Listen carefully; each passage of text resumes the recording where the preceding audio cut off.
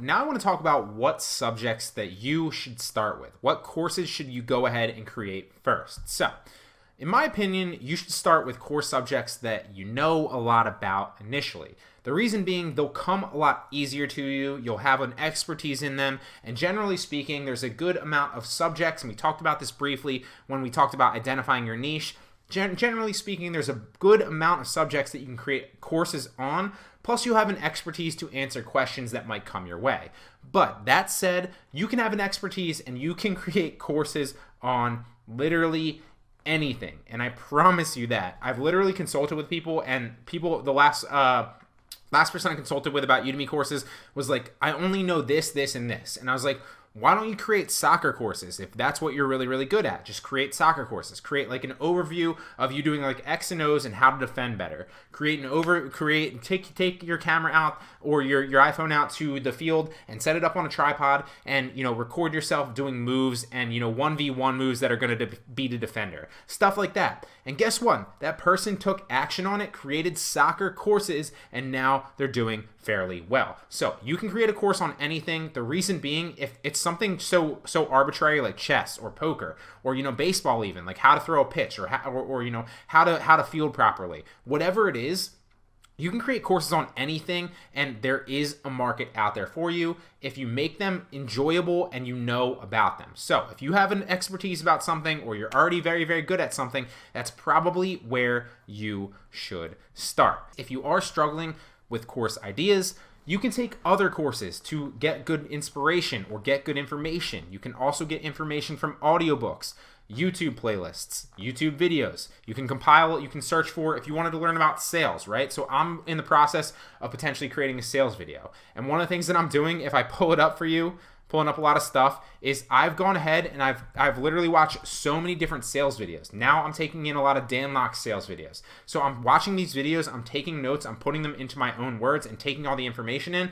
Plus I've learned sales from a lot of other people as well, right? So if we go to my watch later, you can literally see all the videos that I've added on sales in here. They're all sales videos. I'm going to watch them all and take notes and create a great course on all the videos I already have notes on, and literally all those videos as well. So you can go ahead and just look for a subject or a YouTube playlist. You can also interview people that know. So if I was trying to do like a personal training course, and obviously I know about personal training and fitness, but if I were trying to and I didn't know anything about that, well, I could interview somebody that does and either add those interviews to the course or just outline them for myself and take notes, right? Super, super simple. I guarantee if you go to a gym and you can either hire a personal trainer and ask them questions, or you can just flatter and appeal to their ego, and I'll guarantee they'll answer questions for you for like 20 to 30 minutes for free.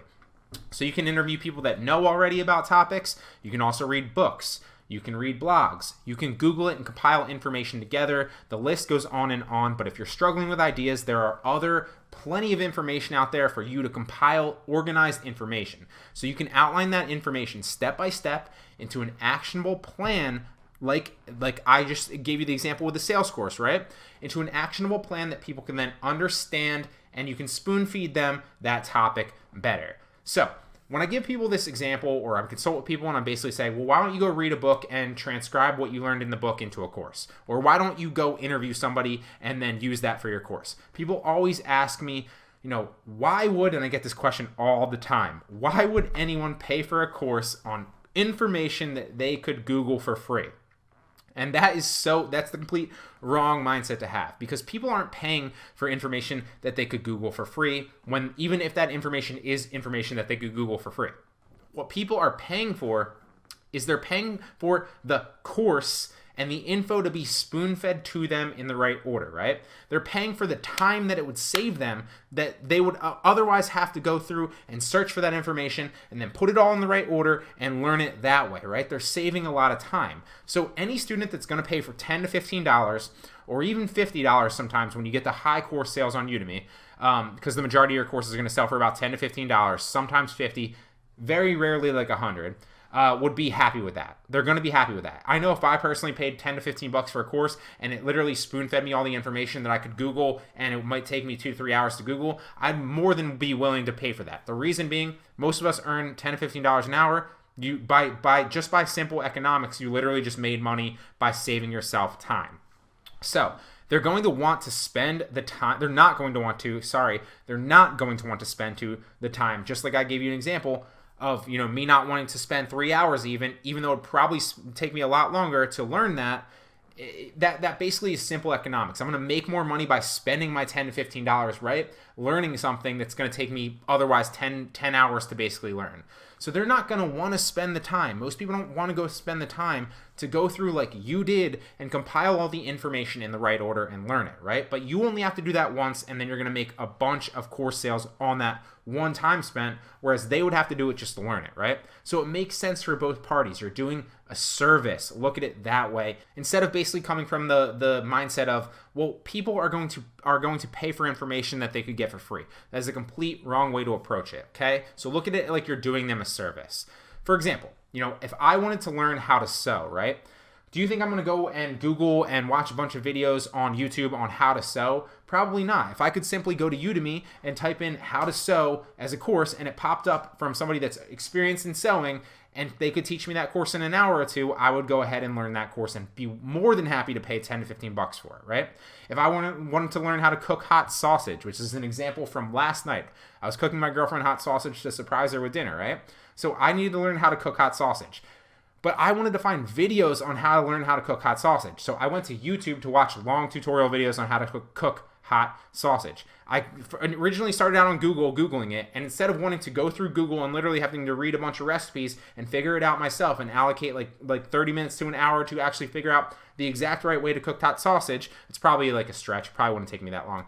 Instead, I just went to YouTube and watched like 2 or 3 videos, and boom, in like 15 minutes, I knew exactly what to do and how to do it. So think of yourself as providing a service. Stop looking at it as like people can Google this information for free.